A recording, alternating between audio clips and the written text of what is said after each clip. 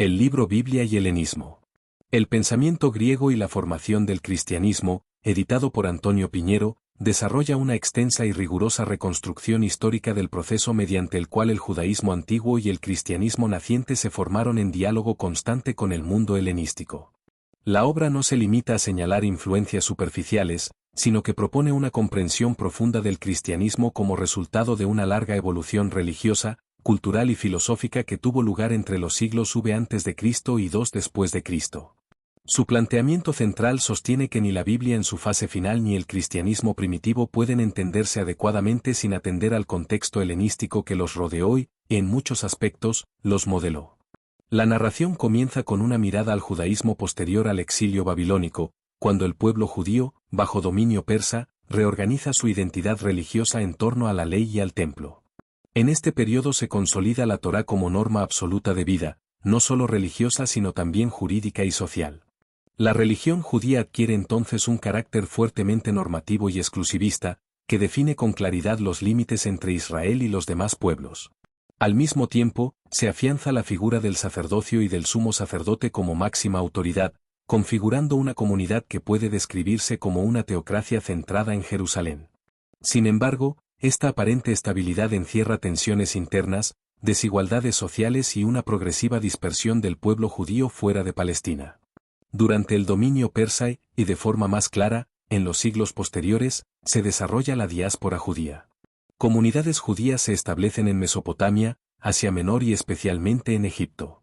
Estas comunidades, aunque mantienen la fidelidad a la ley, viven en contacto directo con culturas extranjeras y comienzan a adaptarse a contextos lingüísticos y sociales distintos. Esta experiencia será decisiva para el futuro, ya que obliga al judaísmo a pensarse no solo como una religión ligada a una tierra y a un templo, sino como una fe capaz de sobrevivir y organizarse en contextos culturales diversos. El gran punto de ruptura llega con la conquista de Alejandro Magno.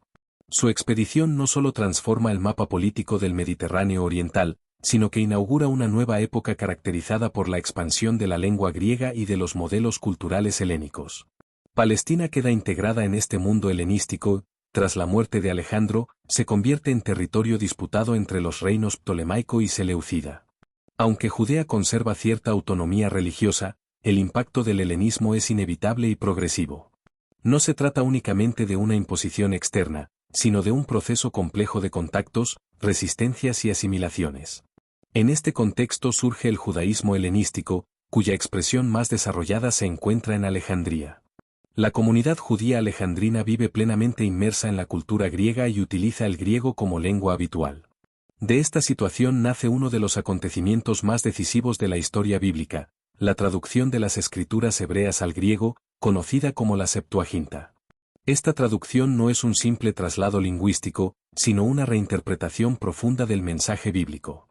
Al emplear categorías y vocabulario griegos, los traductores introducen nuevas resonancias filosóficas que afectan a la comprensión de Dios, del ser humano y del mundo. La Septuaginta se convierte en la Biblia de la diáspora, y más tarde, en la Biblia del cristianismo primitivo. Muchos de los libros que forman parte del canon cristiano del Antiguo Testamento, pero no del canon hebreo, surgen precisamente en este contexto helenístico.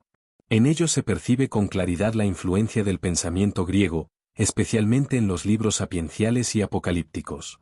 La reflexión sobre la sabiduría, el destino del justo, la inmortalidad del alma y la justicia divina se desarrolla con una profundidad desconocida en etapas anteriores. Uno de los aspectos centrales que el libro destaca es el cambio doctrinal que experimenta el judaísmo en contacto con el helenismo. Aparecen con fuerza ideas como la resurrección de los muertos, el juicio final, la retribución en el más allá y la esperanza de una vida futura. Estas nociones, que apenas estaban presentes en el judaísmo antiguo, se convierten en elementos fundamentales del pensamiento religioso judío tardío. El libro muestra que este desarrollo no puede entenderse sin el influjo de corrientes filosóficas griegas y de religiones orientales, especialmente la religión irania, con su marcado dualismo entre el bien y el mal. Al llegar al siglo I de nuestra era, el judaísmo aparece como una realidad plural, atravesada por diversas corrientes y grupos, fariseos, saduceos, esenios, apocalípticos y otros movimientos menores. Todos ellos comparten una herencia común, pero la interpretan de maneras distintas. En este contexto surge Jesús de Nazaret, cuya predicación se inscribe claramente en el judaísmo de su tiempo, pero que también muestra rasgos que lo sitúan en diálogo con el ambiente cultural más amplio. El libro analiza críticamente la teoría que presenta a Jesús como un predicador cínico, señalando tanto los paralelismos como las diferencias, y subrayando que Jesús debe entenderse ante todo como un judío, aunque activo en un mundo helenizado. Tras la muerte de Jesús, el movimiento de sus seguidores experimenta una transformación acelerada. La obra de Lucas refleja de manera ejemplar el conflicto entre los cristianos de origen hebreo y los helenistas, es decir, aquellos judíos de lengua griega que impulsan la apertura del mensaje cristiano a los paganos. Este conflicto no es secundario, sino estructural, ya que determina el paso del cristianismo de ser una secta judía a convertirse en una religión autónoma. El uso del griego como lengua principal del mensaje cristiano implica ya una transformación profunda de su contenido y de su forma de expresión. La figura de Pablo de Tarso ocupa un lugar central en esta narración. Pablo aparece como el gran mediador entre el judaísmo y el helenismo. Formado en la tradición judía, pero plenamente integrado en el mundo grecorromano, Pablo desarrolla una teología de la salvación que dialoga con corrientes filosóficas y religiosas de su tiempo. El libro analiza las posibles influencias del estoicismo, de las religiones de misterios y de formas incipientes de pensamiento gnóstico en la teología paulina, especialmente en su comprensión de la muerte y resurrección de Cristo como acontecimiento salvífico universal. Los escritos paulinos muestran un cristianismo que ya no se define por la observancia de la ley, sino por la fe en Cristo. Esta reinterpretación supone una ruptura decisiva con el judaísmo tradicional, pero también una adaptación extraordinaria al mundo helenístico. El lenguaje de Pablo, sus metáforas y su manera de concebir la relación entre Dios y el ser humano resultan comprensibles y atractivos para un público no judío, lo que explica en parte la rápida expansión del cristianismo. El libro dedica también una atención especial a los escritos más tardíos del Nuevo Testamento, en los que se percibe un cristianismo cada vez más institucionalizado. Las cartas deuteropaulinas, las pastorales y las cartas católicas reflejan la adopción de modelos organizativos propios del mundo helenístico romano. La Iglesia comienza a estructurarse jerárquicamente, utilizando categorías sociales y políticas heredadas del entorno cultural griego, lo que le permite consolidarse como una institución estable dentro del imperio.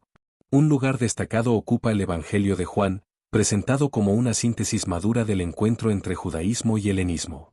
Su teología del logos, su lenguaje simbólico y su visión dualista de la realidad muestran una profunda afinidad con corrientes filosóficas griegas y con la gnosis incipiente. Sin abandonar sus raíces judías, el cuarto evangelio expresa la fe cristiana en un registro plenamente helenizado, capaz de dialogar con los grandes sistemas de pensamiento de su tiempo. La obra amplía su mirada al situar el cristianismo dentro del panorama religioso del mundo antiguo. Se analizan las religiones de misterios, el orfismo, el neopitagorismo y la religión irania, mostrando cómo todas ellas compartían preocupaciones fundamentales sobre la salvación, el destino del alma y la superación del mal. En este contexto plural y competitivo, el cristianismo aparece como una propuesta religiosa que logra integrar elementos diversos en una síntesis coherente. Especial relevancia tiene la discusión sobre la existencia de una gnosis precristiana. El libro examina críticamente las posturas existentes y muestra cómo ciertas ideas gnósticas estaban ya presentes en el ambiente cultural anterior al cristianismo, aunque no plenamente sistematizadas. Esta reflexión resulta clave para comprender tanto algunos textos paulinos como la teología joánica. La narración concluye con una reflexión global sobre el triunfo histórico del cristianismo.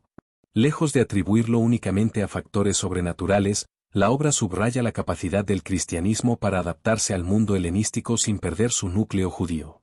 Al expresarse en griego, al asumir categorías filosóficas compartidas y al ofrecer una doctrina de salvación universal, el cristianismo logró convertirse en una religión capaz de trascender fronteras culturales y geográficas.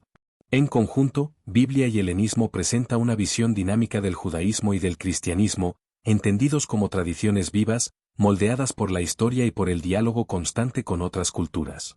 El helenismo no aparece como una influencia externa marginal, sino como un elemento decisivo en la configuración final de la Biblia y del cristianismo. Sin esta perspectiva histórica y cultural, concluye la obra, resulta imposible comprender plenamente el origen y la naturaleza del cristianismo como religión universal.